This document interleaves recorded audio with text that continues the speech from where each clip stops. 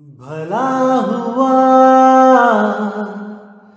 मेरी माला टूट गई, मैं राम भजन से छूटी।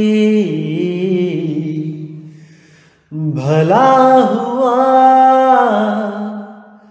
मेरी माला टूट गई, मैं राम भजन से छूटी।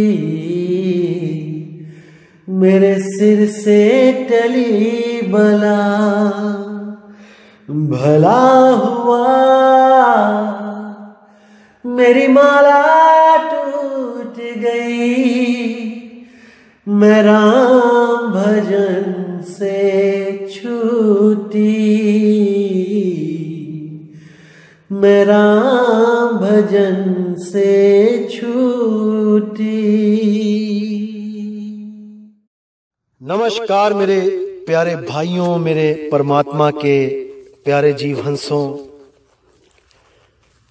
आज जो अनमोल ज्ञान आपको मैं बताने आया हूं, उसको सुनकर आप लोग के सब भरम खत्म हो जाएंगे।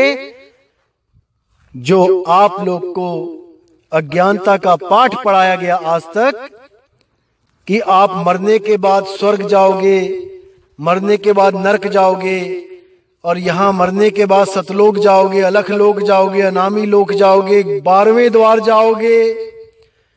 दुनिया भर का जो अज्ञान आपके इस दिमाग में डाला गया है, आज दोस्तों उस अज्ञान को हम इस वाणी के द्वारा खत्म करेंगे।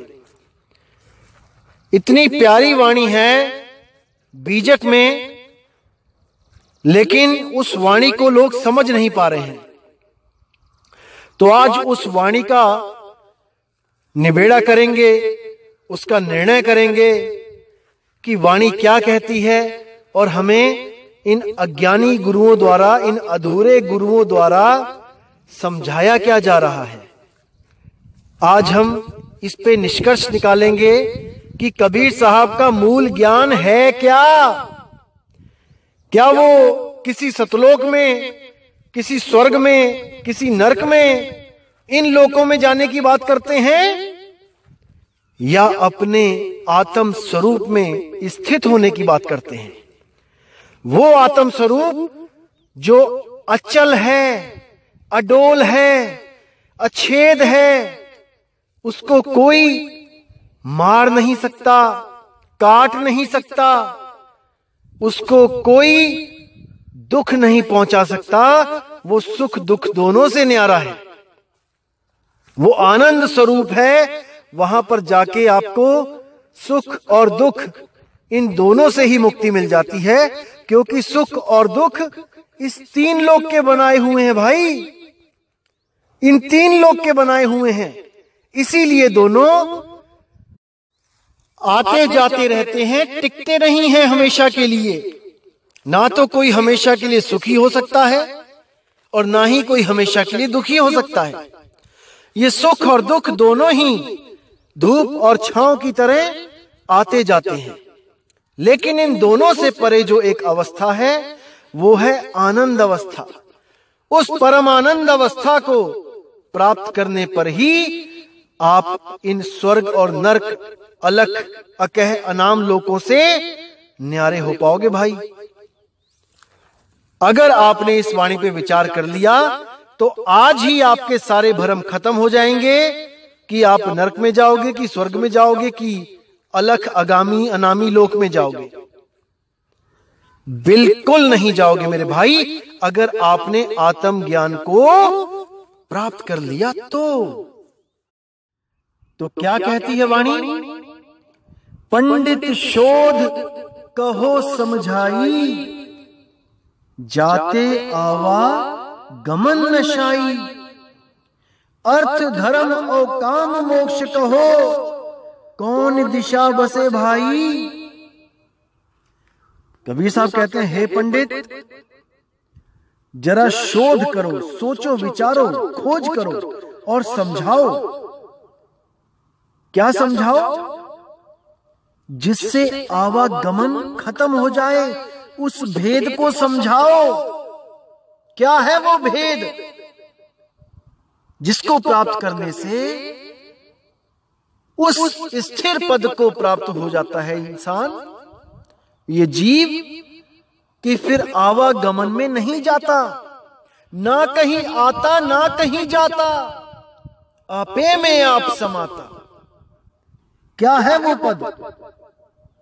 जरा खोल के बताओ, उसके बारे में भेद बताओ पंडित। अर्थ धर्म और काम मोक्ष कहो कौन दिशा बसे भाई।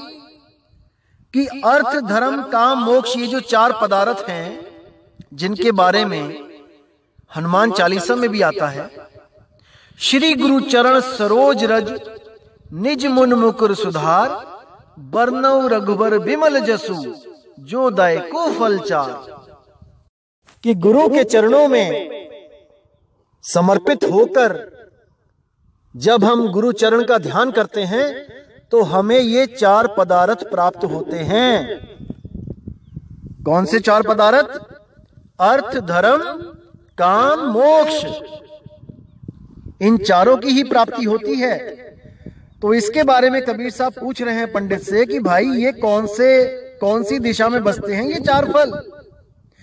क्योंकि वेदों के द्वारा जो कर्म का फल है वो स्वर्गलोक में जाना और पुनः संसार में आना, ये वेद कहते हैं।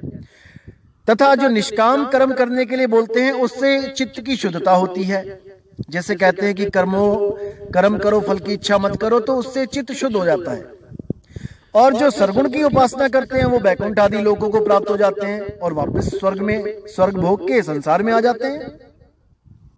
इसी प्रश्न को और भी स्पष्ट करते हुए कहते हैं कि ये चारों फल क्या उत्तर दिशा में हैं या दक्षिण में या पूर्व में है या पश्चिम में? कौन सी दिशा में है भाई? या पाताल या आकाश में, कहां पे है? असल में ज्ञान ना होने के कारण आप ऐसी बातें करते हैं।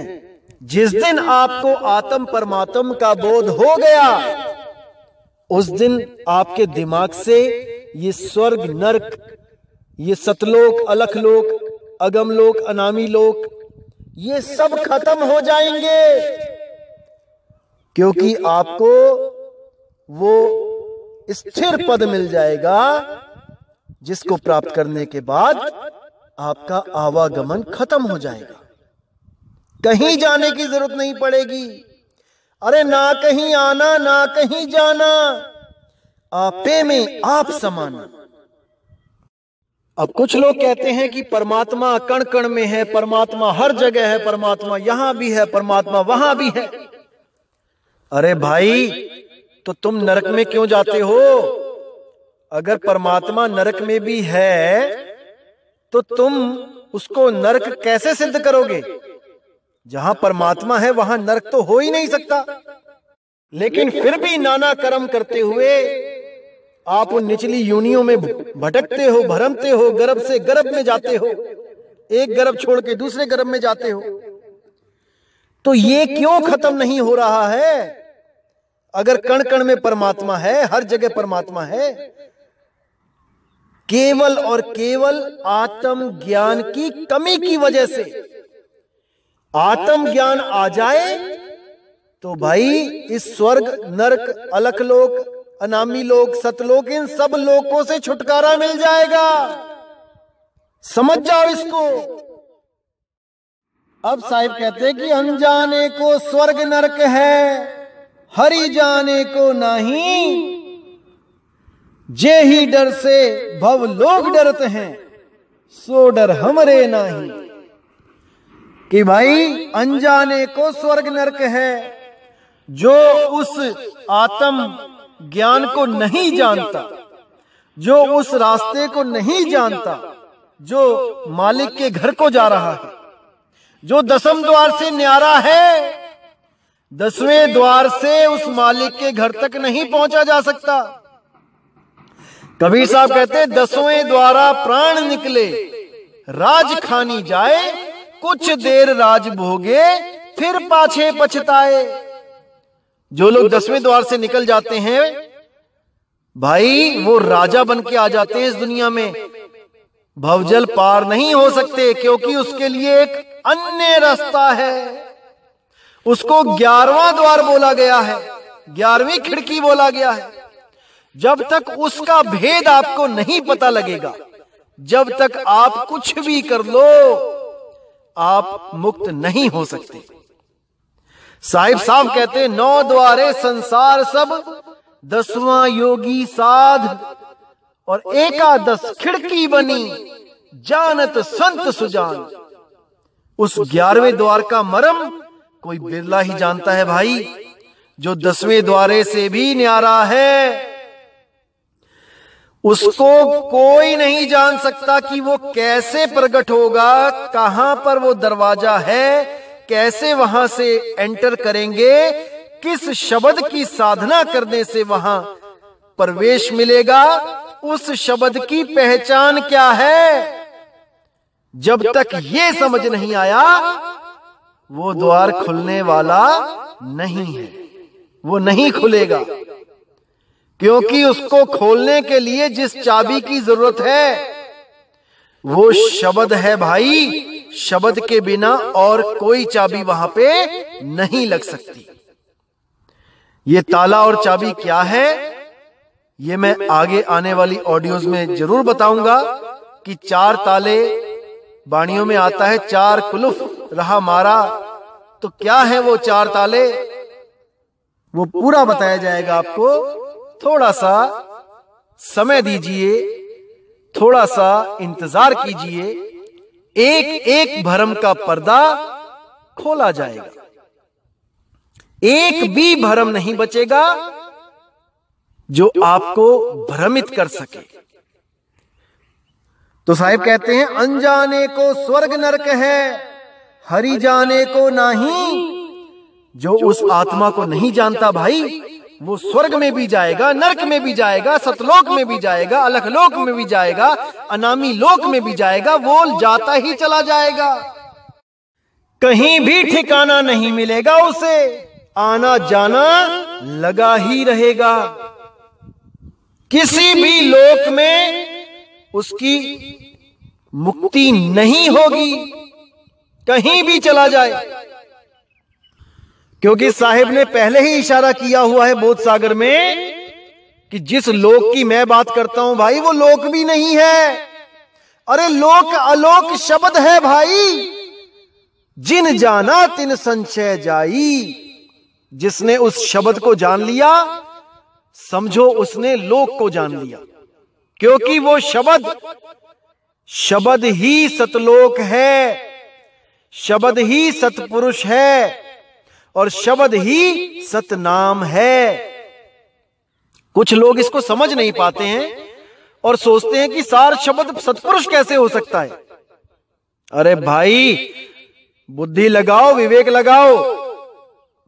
जैसे एक मां अपने बच्चे को अपनी गोदी में बैठाती है और उसका नाम है सरिता, तो वो मां का नाम है सरिता, यानी मां ही सरिता है।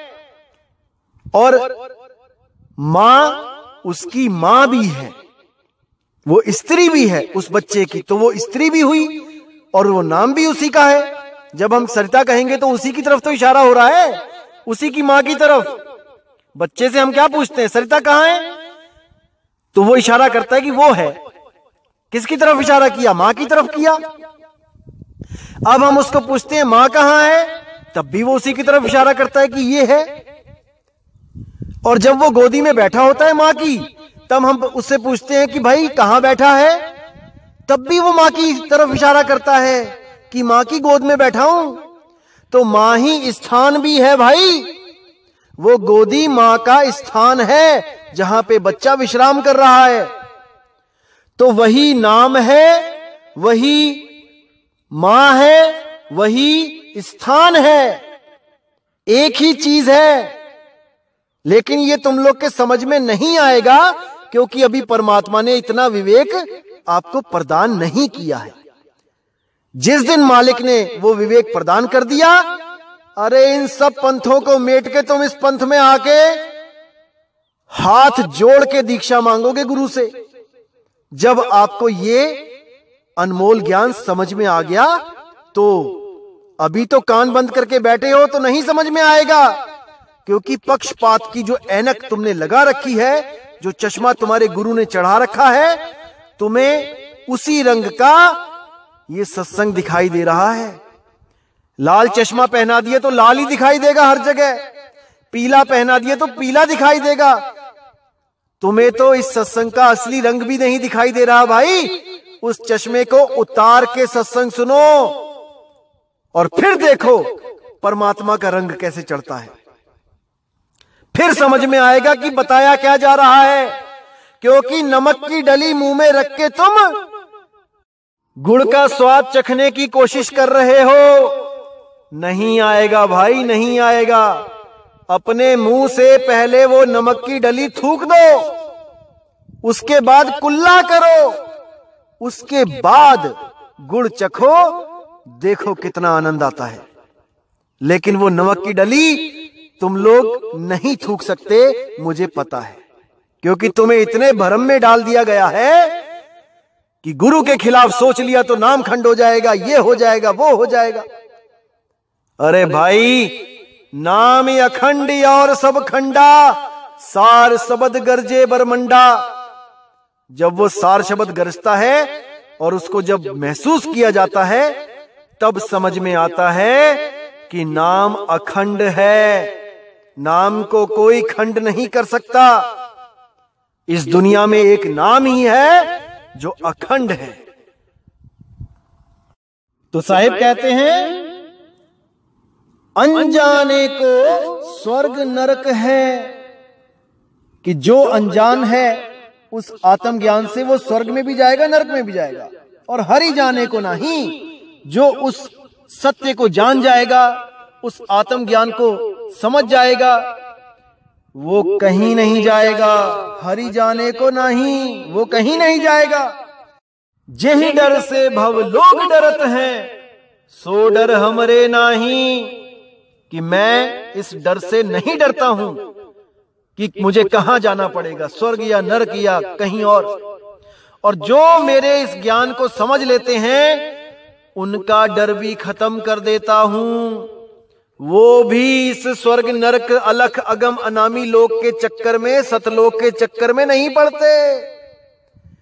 यही वो मूल ज्ञान है भाई, जिससे आवागमन नसाई, कहीं नहीं जाना।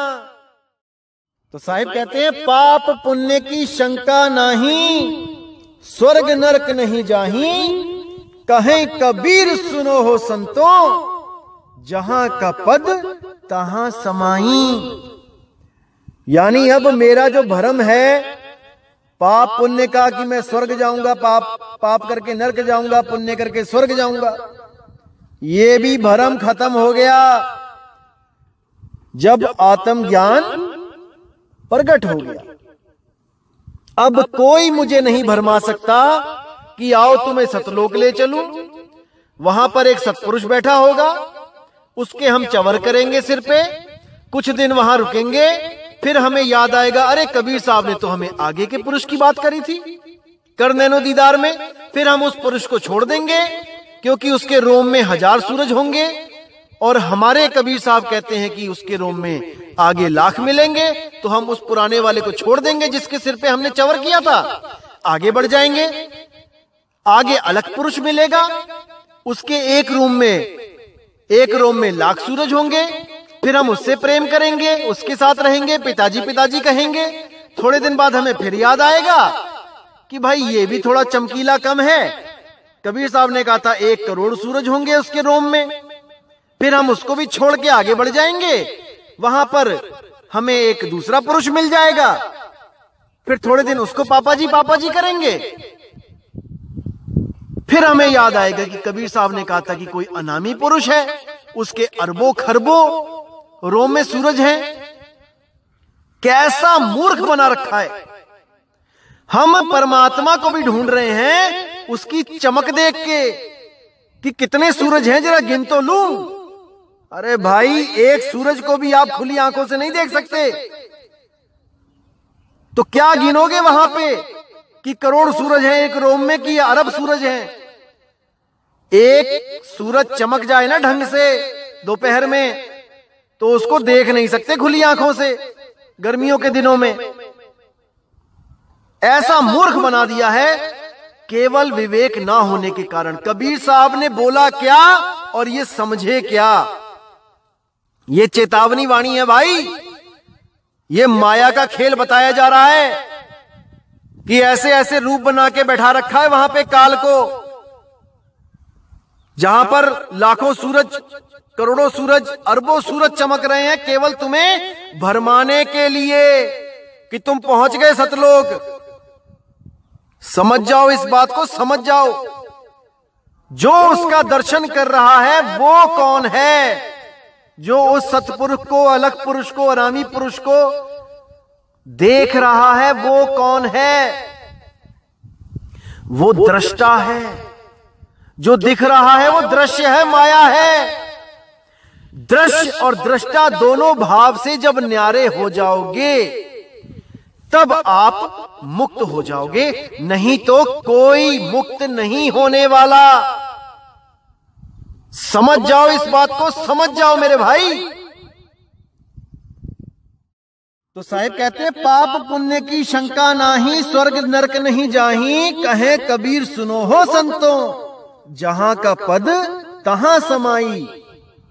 जहां का पद यानी वो स्थान जहां से हम आए हैं। कौन सा स्थान है? वो आत्म स्वरूप है भाई। उस आत्म स्वरूप से जब हमारी सुरति जुदा हुई और इच्छा करके उसने दृश्य का निर्माण किया, दृश्य का निर्माण करते ही वो दृष्टा बन गई। अब दृश्य और दृष्टा में वो ऐसा उलझी कि अब कोई ऐसा नहीं मिल रहा जो इसको इन दोनों भावों से मुक्त कर दे। इसलिए बार बार दृश्य बदलती है, बार बार आती जाती है, कभी स्वर्ग में, कभी नरक में, कभी कहीं, मुक्त नहीं हो पा रही है। जब तक दृश्य है तब तक वो दृष्टा रहेगी, और दृष्टा रहेगी तो भाई सुख और दुख उसको भोगने पड़ेंगे। इसलिए दृश्य और दृष्टा दोनों भाव से निकल के उस पद में समा जाना है जहां से ये जुदा हुई थी। उस स्थान में जब ये रमेगी तब इसको कोई नहीं पकड़ सकता, कोई नहीं पकड़ सकता। अरे सुरत समाए शब्द में, वाको काल न खाए। उसको कौन खाएगा भाई? जो स्वयं शब्द में समा गई, शब्द स्वरूप हो गई, उसको बंधन में कौन डाल सकता है भाई? कोई नहीं। अरे नलनी के सुगना तोहे कौन पकड़ी? कौन पकड़ सकता है तुझे? कोई नहीं पकड़ सकता। ये तू अपनी इच्छाओं की वजह से पकड़ में आ रही है।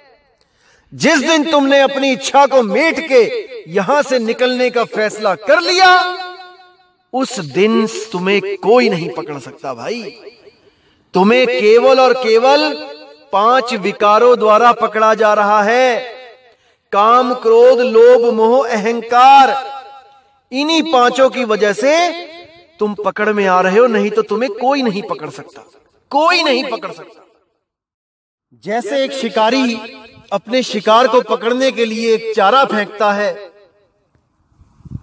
और वो शिकार बेचारा विवेकी ना होने के कारण उस चारे को देख के लालच में पड़ जाता है। उसी लालच के चलते वो पकड़ा जाता है और मारा जाता है। अगर वो शिकार थोड़ा सा भी विवेकी होवे तो शिकारी पकड़ नहीं सकता उसको, क्योंकि शिकारी उसके सामने बेबस है। इसीलिए तो उसने चारा फेंका है। अगर शिकार से वो तेज होता शिकारी तो भाग के पकड़ लेता, लेकिन नहीं पकड़ सकता है, इसलिए वो वहां पर अपनी चतुराई खेलता है। जैसे तोते को शिकारी नहीं पकड़ सकता क्योंकि तोता उड़ जाता है, कबूतरों को शिकारी नहीं पकड़ सकता, कबूतर उड़ जाता है। बंदर को शिकारी नहीं पकड़ सकता, बंदर पेड़ पे चढ़ जाता है 1 मिनट में। लेकिन उनको पकड़ने के लिए शिकारी दिमाग का यूज करता है। दिमाग का यूज करता है क्योंकि जिसको पकड़ना है उनके पास कम दिमाग है, उनका विवेक लेवल कम है। इसी तरह जो मन और माया मिलके इस जीव का शिकार करते हैं वो ऐसे ही करते हैं। जिन जीवों का लेवल कम होता है विवेक का, उनको धर दबोचते हैं, और जिन जीवों का विवेक जागृत होता है उनको छू नहीं सकते, उनको छू नहीं सकते ये, क्योंकि वो इनकी पकड़ से दूर हो जाता है। वो विहंगम योग की साधना करता है और इन लोगों की हिम्मत नहीं कि उस रास्ते पे ये जाके दिखाए। अरे जहां हम रहे काल तहां नहीं, और काल ही जीत हंस ले जाही। जिस योग का मैं वर्णन करता हूं वहां पर काल भी मुरझा जाता है, वो बेहोश हो जाता है।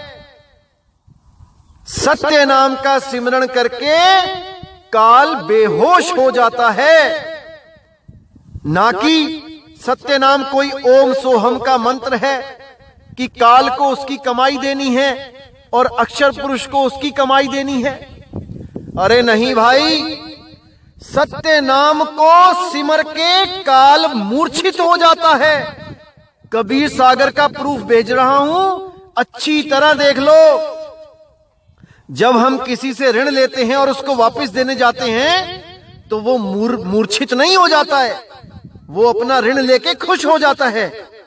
लेकिन यहां पे साहिब कहते हैं कि सत्य नाम जो सिमरण करता है उसके पास काल फटक भी नहीं सकता, क्योंकि सत्य नाम के सिमरण से काल मूर्छित होके गिर पड़ता है। क्योंकि सत्य नाम परमात्मा का नाम है, काल का नहीं। संभल जाओ मेरे भाइयों, संभल जाओ। अभी नहीं समझे तो भाई कभी नहीं समझोगे। अभी जो मालिक की दया से ये मौका मिल रहा है आपको सत्संग सुनने का, ये फिर नहीं मिलेगा भाई। एक बार ये इंसानी जन्म खत्म हो गया तो सीधे 84 में जाना पड़ेगा। अगर सतनाम है फिर तो समझ जाओ कि 84 कट गई। अगर कबीर साहब के असली पंथ में आपने नाम ले लिया, चरणामृत ले लिया गुरुजी से, गले में कबीर साहब की जो निशानी है वो डाल ली, तो मेरे भाई कोई इस दुनिया में पैदा नहीं हुआ जो आपको 84 में धकेल दे। बस आपने मर्यादा भंग नहीं करनी है, मीट नहीं खाना, दारू नहीं पीना, कोई जीव हत्या मत करना। अगर आप मर्यादा में रह गए तो भाई लक्ष्य प्राप्ति ना भी हुई तब भी आप 84 में नहीं जाओगे। आप इस जन्म में आत्म स्वरूप को नहीं भी प्राप्त कर पाए तब भी आपके दिव्य संस्कार आपको उस 84 में जाने से रोक देंगे, क्योंकि संस्कारों की वजह से ही अगला जन्म मिलता है। और भक्ति बीज पलटे नहीं, जुग जाए अनंत, धनी निर्धन हो सके पर रहे संत का संत। जो एक बार इस कबीर पंथ में आ गया, जो असली मूल ज्ञान कबीर साहिब का जो पंथ है, तो भाई 84 उसी दिन कट जाती है। क्योंकि नामदान के वक्त ही आपका तिनका तोड़ दिया जाता है। तिनका तोड़ देहु परवाना, तब हम पावे साहिब पद निर्वाणा। वो निर्वाण पद तभी प्राप्त होगा जब आप असली कबीर पंथ में, उस मूल ज्ञान के पंथ में सच्ची साधना करने लग जाते हो। नहीं तो राम ही जाने भाई। अगर आपको गुरुजी ने चरणामृत देके, गले में कंठी देके आपको अपना शिष्य स्वीकार कर लिया मेरे भाई, फिर आप निर्भय रहो, फिर निर्भय हो जाओ, 84 नाम की चीज ही खत्म हो जाती है। फिर केवल और केवल आपको इंसानी चोला मिलता है, वो भी तब अगर आपकी भक्ति पूर्ण नहीं हुई तो।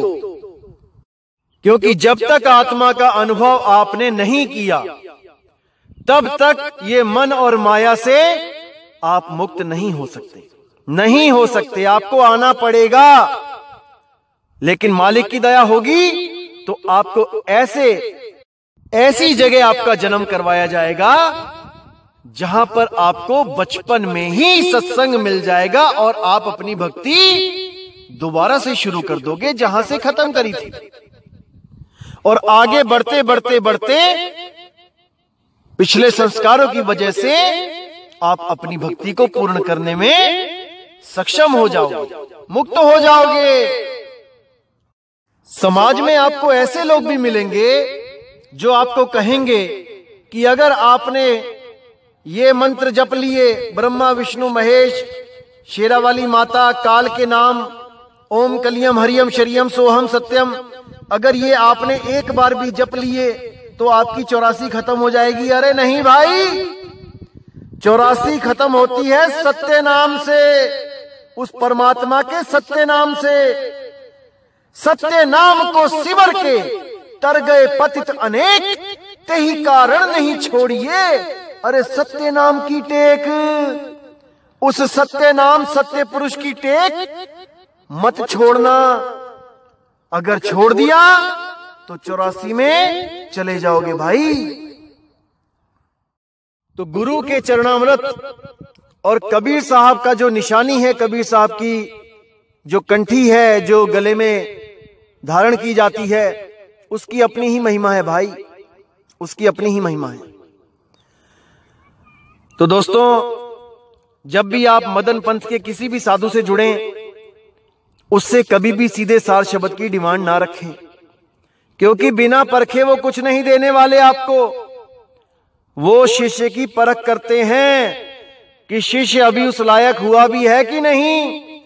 कच्चे घड़े में कहीं पानी डालूं और वो टिड़ जाए, टूट जाए, तो कोई लाभ नहीं उस चीज का।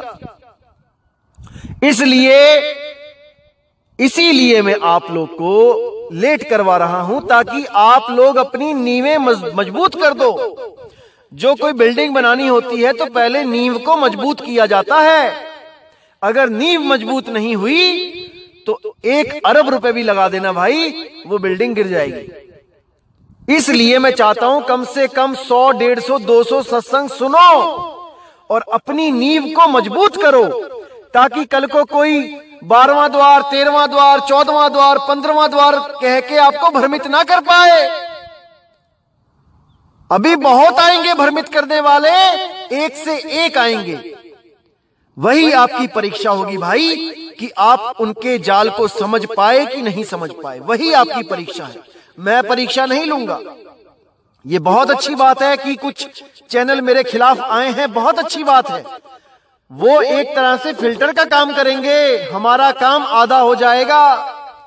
जो हम तक आएगा वो कोई बिरला विवेकी ही होगा, लेकिन उसकी भी परख अच्छी तरह की जाएगी, क्योंकि जल्दबाजी का काम तो करना ही नहीं है, करना ही नहीं है, क्योंकि जल्दबाजी का काम शैतान का।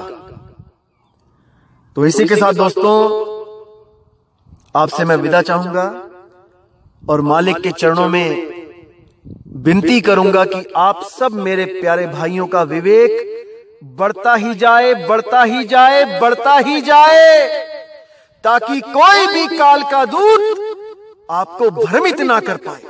इतना विवेकशील बना दे आपको कि आपके एक सवाल का जवाब वो कालदूत दे ना पाए, एक भी सवाल का जवाब। तो दोस्तों, वैसे तो सभी परमात्मा के बच्चे हैं, लेकिन जो मन के प्रभाव में ज्यादा रहते हैं, जो मनमुखी साधना ज्यादा करते हैं, उनको कबीर पंथ में काल का दूत यानी मन का गुलाम बोला जाता है। इसको कोई गलत ना समझे, कोई काल का दूत कोई वो गाली नहीं है। काल का दूत का मतलब है मन की साधना करना, मनमुखी साधना करना, क्योंकि मन ही काल है, मन ही काल है। अरे काल काल सब कोई कहे, काल ना चीने कोय, जितनी मन की कल्पना काल कहावे सोए। वही काल है, वही मन है भाई। मन जीते जग जीत, जिसने उस मन को जीत लिया उसने काल को जीत लिया, उसने जग को जीत लिया। मन को मार गगन चढ़ जाई, मान सरोवर पैठ नहाई। ये जीव जब सतनाम प्राप्त कर लेता है तो उस सतनाम के बल पे सतलोक को जाता है, ना कि ओम सोहम सतनाम को जपता है। तो मेरे भाइयों, पूरा विवेक जागृत रखो, एक एक चीज खोल के समझाई जाएगी, बिल्कुल फिक्र ना करें, हर चीज का जवाब दिया जाएगा समय आने पर। तो इसी के साथ दोस्तों मुझे विदा करें और परमात्मा से विनती करें कि आप लोग ऐसे ही विवेकी होते जाएं। भले धन कम मिले, भले ऐश्वर्य कम मिले, शोहरत कम मिले, कोई बात नहीं दोस्तों, हम यहाँ पे अपने धंधे जमाने नहीं आए हैं, हम यहाँ से निकलने आए हैं। मान के चलो कि हम किसी ऐसे देश में फंस गए हैं जो हमारा दुश्मन देश है। अब हम वहां पर अपनी कोठियां बनाने के लिए नहीं बैठे रहेंगे वहां पे कि हमें कोठियां चाहिए वहां पे। अरे हमें भागना है वहां से, निकलना है किसी तरह। तो दोस्तों विचार करो, विवेक लगाओ। और दोस्तों बहुत खुशी होती है मुझे जब कोई पूर्ण विवेक लगाता है। एक 11वीं 12वीं कक्षा में पढ़ने वाली एक बहुत ही प्यारी बच्ची, जिसने मेरे खिलाफ बना रहे YouTube चैनल वाले भाइयों से एक सवाल किया और उस प्यारी सी बच्ची का वो जवाब नहीं दे पाए, उनका मुख निरुत्तर हो गया। वो सोच भी नहीं सकते थे कि एक छोटी सी बच्ची ऐसा विवेकी प्रश्न उनके सामने रख सकती है, जिसका जवाब देने के लिए वो बगले झांकने लगे। तो इसी प्रकार दोस्तों मैं चाहूंगा कि आप सब विवेकी हो जाओ, ताकि कोई भी आपको धर्म के नाम पर, परमात्मा के नाम पर, कबीर के नाम पर मूर्ख ना बना पाए। अरे बहुत बन लिए, अब और नहीं, और नहीं। तो दोस्तों मुझे विदा करें। जय गुरु बंदी छोड़ वैराग साहिब, जय गुरु बंदी छोड़ साधु शरण साहिब जी, जय गुरु बंदी छोड़ मेरे बाबा नानक, मेरे गुरु अंगद देव जी महाराज, मेरे रविदास जी महाराज।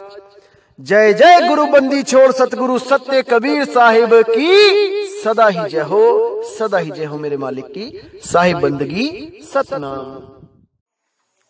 अच्छा भैया जी, चलो मान गए कि हम काल के लोक में हैं और हमें ओम सोहम और इन देवी देवताओं का जाप करना पड़ता है, क्योंकि हम काल के लोक में हैं। मान गए, चलो। लेकिन ये अक्षर पुरुष कौन है भाई? हम यहाँ हैं तो हम ओम सोहम से और देवी देवताओं के जाप से चलो दे रहे हैं कर्जा, मान लिया। और ये अक्षर पुरुष कौन है जो हमें उन्हें भी कर्जा देना पड़ता है? हम तो काल के लोक में हैं, तो काल को जितना कर्जा देना पड़ता है उतना अक्षर पुरुष को भी देना पड़ता है। क्या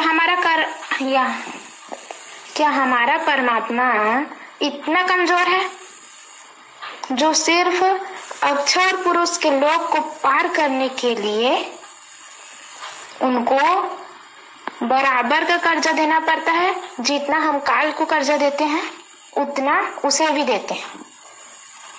हम तो उनके लोक में नहीं रहते ना भाई, तो क्यों उन्हें भी कर्जा देना पड़ता है?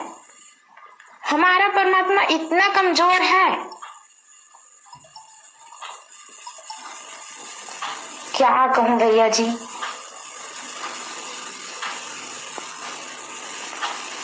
आप बताओ, अक्षर पुरुष को क्यों कर्जा देना पड़ता है बराबर बराबर? केवल उस लोक से पार होने के लिए। उतने ही जाप ओम सोहम